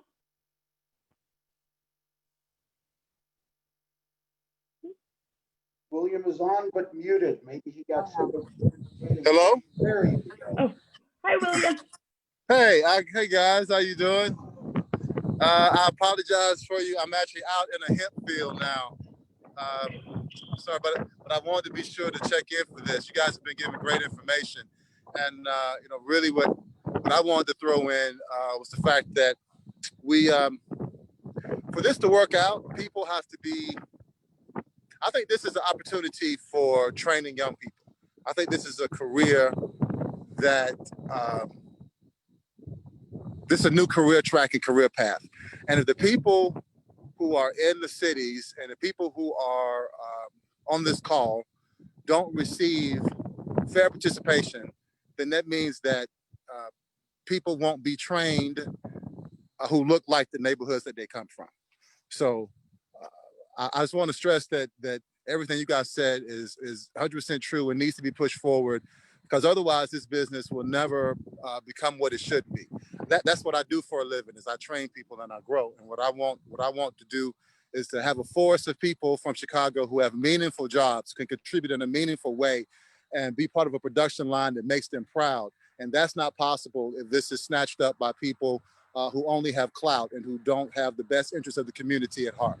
So everyone has already spoke for me and the things that they said so eloquently. I just wanted to point out that the reason that I'm fighting for this, I think other people should fight for this, isn't necessarily for myself, it's for all the people who will be trained and who can turn this into a career they can be proud of in the city of Chicago and suburbs and other parts of Illinois throughout. So people who are brown and Black definitely deserve to get a chance to get in here, because we know how hiring goes. You hire people who look like your cousin, who look like your nephew, who look like your son and daughter, your wife, your mother. So we like very much for this process to be fair, so that everyone can share in the equity of this, and the people who are working in this industry can look like the people who partake in this industry. Thank you. Thank you very much, William. It's amazing.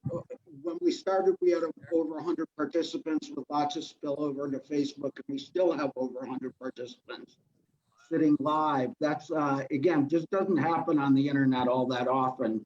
such engagement. So I think it's clear there's an army that's waiting for everybody's feedback, and we'll just let our legislators have a couple of final comments. We'll go with ladies first, again, if that's okay with you, Representative Ford.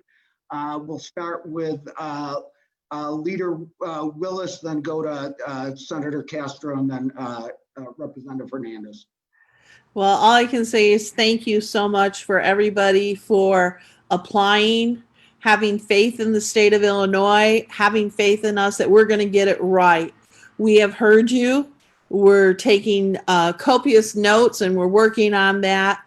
Our intent is to make this right. When we voted for this bill, many of us had some concerns about the expansion of certainly seeing recreational cannabis in the state of Illinois, but we bought into it because we felt that this was going to be a good thing. This was going to be basically making lemonade out of lemons is what we wanted to see. And this was what we were looking forward to seeing, being able to help the communities that were impacted by the war on drugs the most, being able to see small businesses expand in the state of Illinois, seeing all of those good things that we anticipated happening. It didn't all come out that way, but we are still committed to getting it right. And that's what you have us here for. I want to thank my colleagues, Senator Castro and Representative Hernandez, for coming on board with Representative Ford and myself, knowing that we're going to work this together. You have the commitment of the Black Caucus, of the Latino Caucus, but you have the commitment of the entire legislature, I would say, as going forward. It's not a black and brown issue, as many of you have seen. It is an issue for all of us wanting to build up the state to make it better. As a woman, I'm affronted that we don't have enough women representation in that. Right now, the women in the House, we're almost a majority ourselves. We're really kicking butt and getting there. And we don't like to see things like this happen. And many of you that probably have strong women in your life know that we don't give up easily. And I can assure you that I'm not going to give up easily on this. We're going to keep fighting for you. And I know from what I know of my colleagues, they're right here with me. And we're going to hold each other up, and we're going to try to get justice for what we see as a lack of justice in this. So again, thank you so much. This is not the end of the conversation. We're taking this conversation to the governor, and we're going to keep working on it with you. Thank you so much. Well, first off, thank you everybody for sharing your stories. I think this, I have been hearing my version of stories from constituents who have had opportunities or were looking for opportunities to get ahead, right? Mostly when you're talking about scraping together, your mother scraping together money she had saved because she saw an opportunity. And that is what a lot of us believed in this legislation. Like, that was what we wanted. We wanted to help our communities. We also saw what happened with medical cannabis, right? We want to change that. And we all voted on something and believed in something, and especially to making sure that people had that opportunity locally to provide for their communities, to change a dynamic, right? It was amazing to make it pass. It was a lot of years of hard work by many people, even before I arrived to the General Assembly, and I'm new to the General Assembly. So I think, a lot of these conversations need to continue, will continue, but also the pressure on the governor's office needs to keep this at the forefront. I know my colleagues in the legislature, as well as Rep. Shawn Ford, Leader Willis, Leader Hernandez, plan on keeping to push the governor's office and put pressure.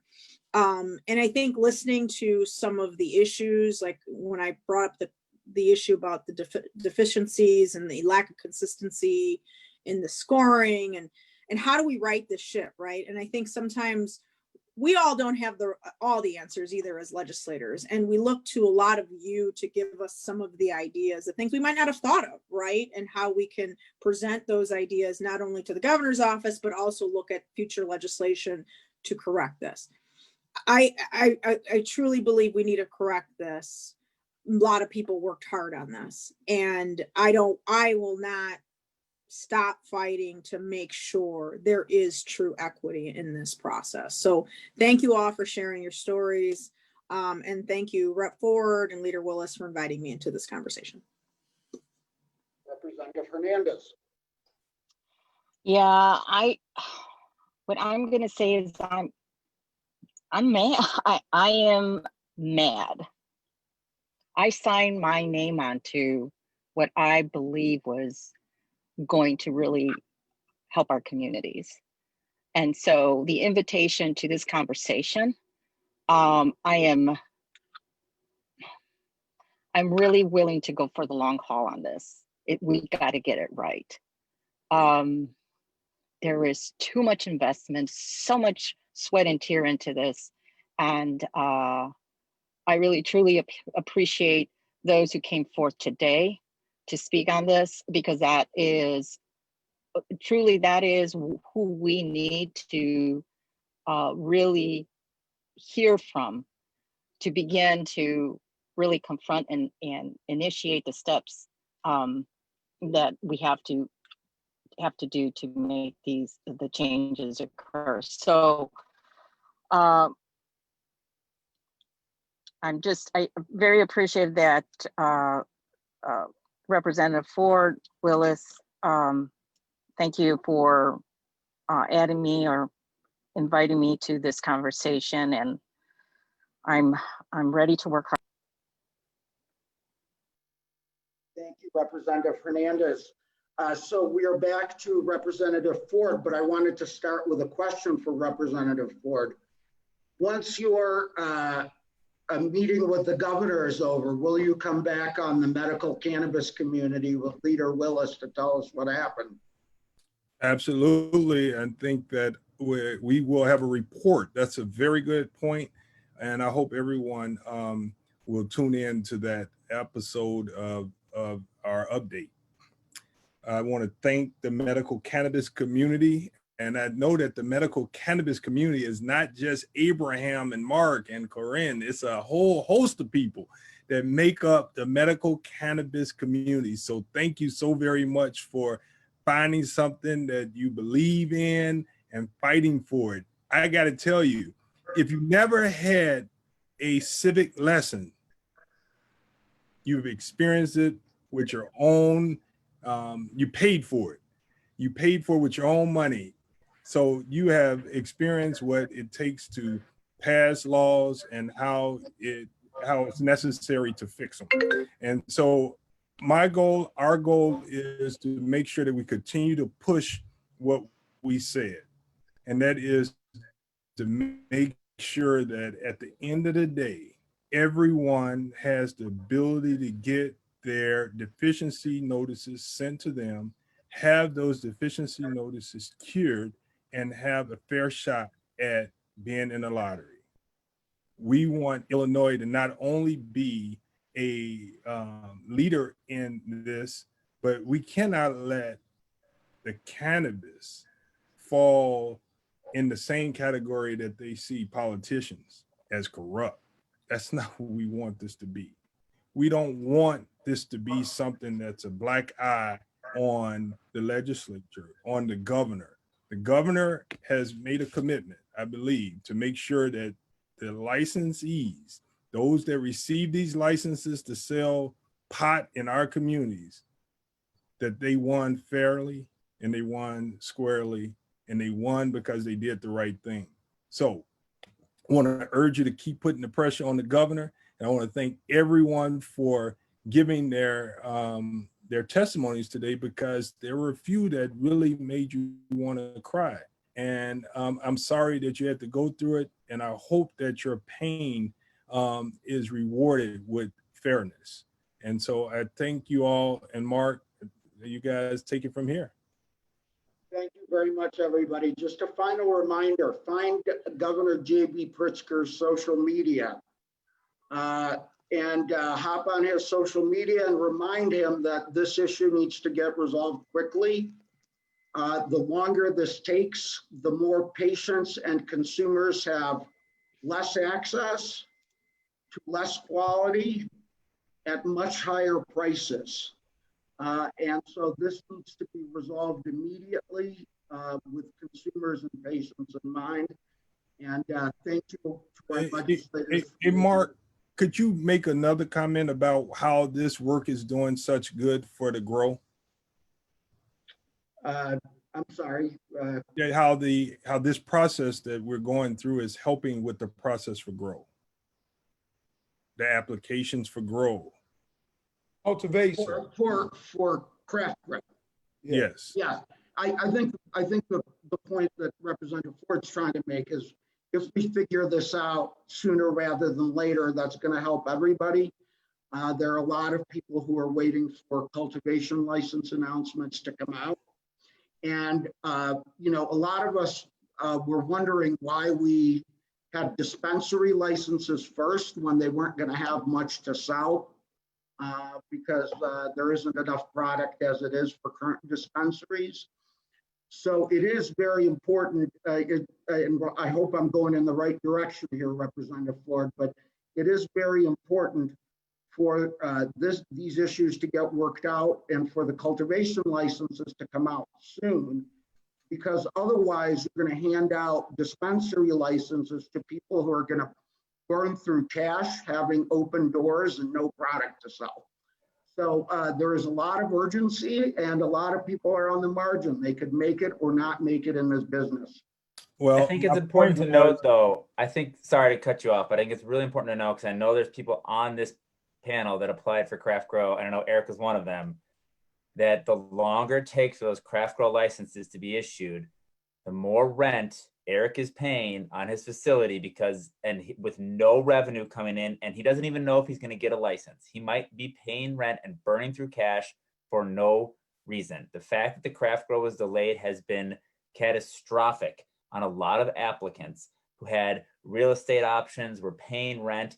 That's something that the Department of, and I get it's a different department, and I understand that they need to do the right things, but it is something that those licenses need to be issued, and they need to be issued ASAP. So I understand that we want to do it right, and I agree with you, Rep. Ford, that this process is causing the Department of Ag to go back and work with KPMG and you know, triple check the scores to make sure they're accurate. But I think the state has paid enough money to KPMG that we can maybe ask them to work a little bit of overtime here and get that process done a little quicker so that Eric doesn't have to pay another month of rent come October 1st on a piece of property that he might not even need. Thank you. He doesn't. That's what I wanted. Rep. Ford, it's for process. It's infusion too. It's cultivation, infusion, transportation. And let's not forget the R3 money, right? We want to make sure all these processes to access licenses and grant dollars, right, that's coming through the R3 program is a transparent and inclusive process. So it's not just about dispensaries, cultivation, infusion, all across the board. We want to see Black and brown folks participate, nonprofits, for-profit. We want our fair share. And let me add really quickly, not to necessarily disparage what David just said, but the people, while there are people that are losing money, we have also lost money. And so in stating that, it's not an either or, it's both are important. So I don't know what the medium road is, but what I am very clear on is there is some inequality here, for one. Two, we're in those that are paying rent, like we're paying on this side. So we would like it slowed down, they want it sped up. We know the capital will flow in one direction and they'll generally get what they want. I think here's an opportunity, as final statement, for Illinois to make a stand and not be the state, and excuse the French, because this is just kind of how I feel, that screws over Black and brown people.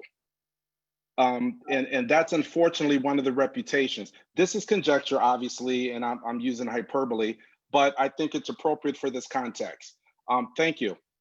Thank you very much, everybody. Unless legislators have anything else to add, we will just close it right here, and we'll look forward to having our legislators back with us in the near future to tell us what's going on. Thank you, everybody. Hey, Mark, we got some questions if we want to take a couple.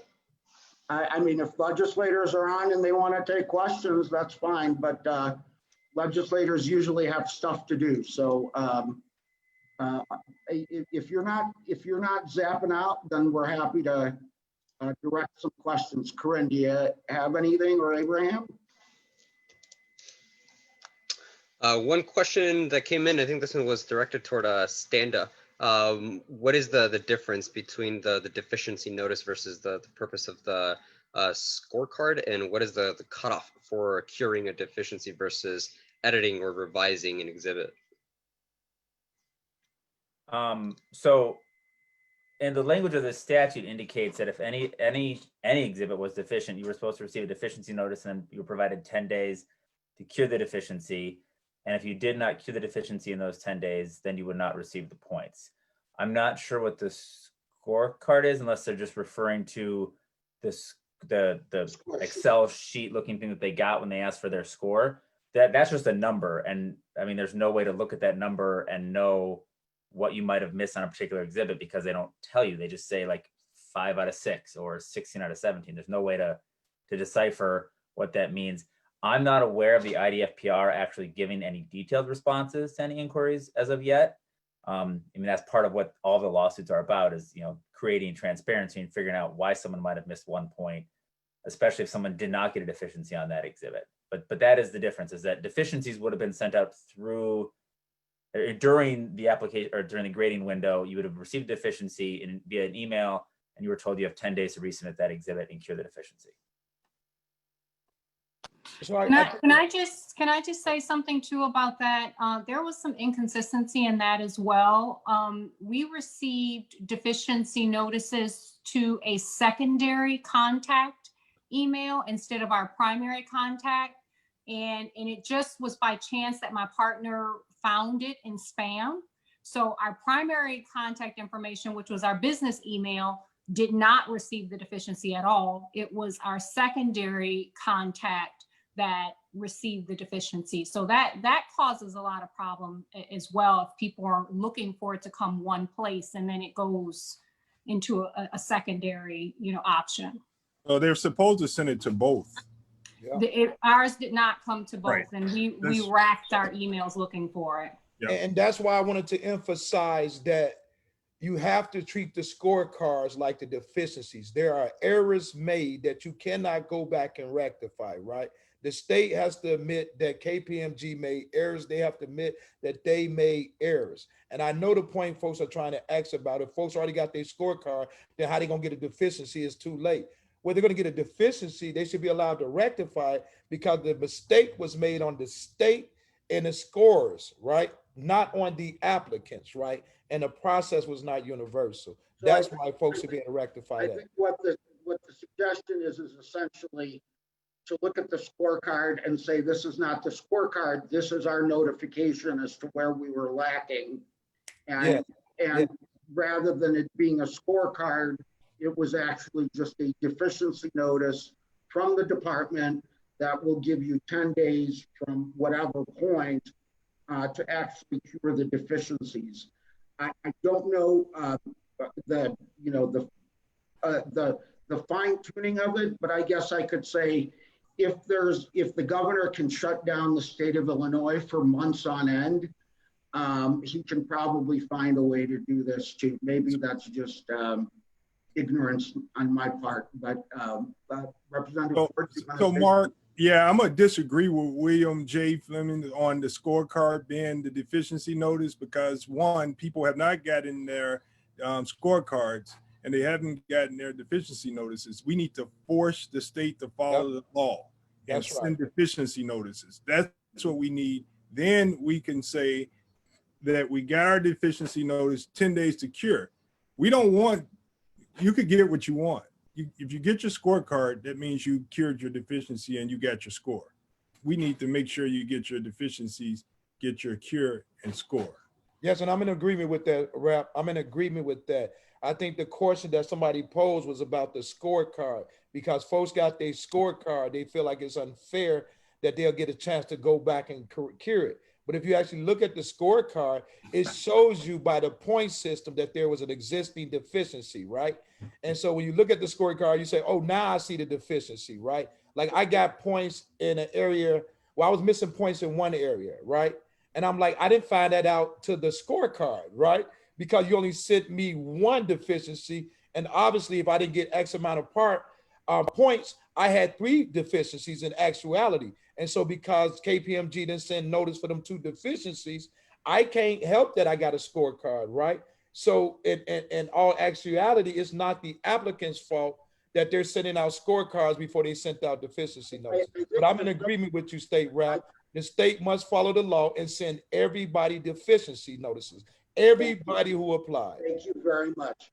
I will just say that perhaps what we'll do is let the legislators figure out exactly how to get us to the promised land in a conversation with the governor, and we'll just recognize that these legislators are fighting for us and we'll be there for them. Thank you very much. And let's just wrap on that. That's all the questions that we have for today. I appreciate you all taking the time to join us and spend so much time with us this afternoon. So I hope you all enjoy the rest of your day. Please check back on our website at themedicalcannabiscommunity.org, as well as on our Facebook page and newsletter for continuing updates on this story that hasn't yet ended. With that said, I hope you all enjoy the rest of your day, and we'll see you again soon. Thanks, everybody. Thank you. Thank you. See you all. Thank you, everyone. It was a pleasure.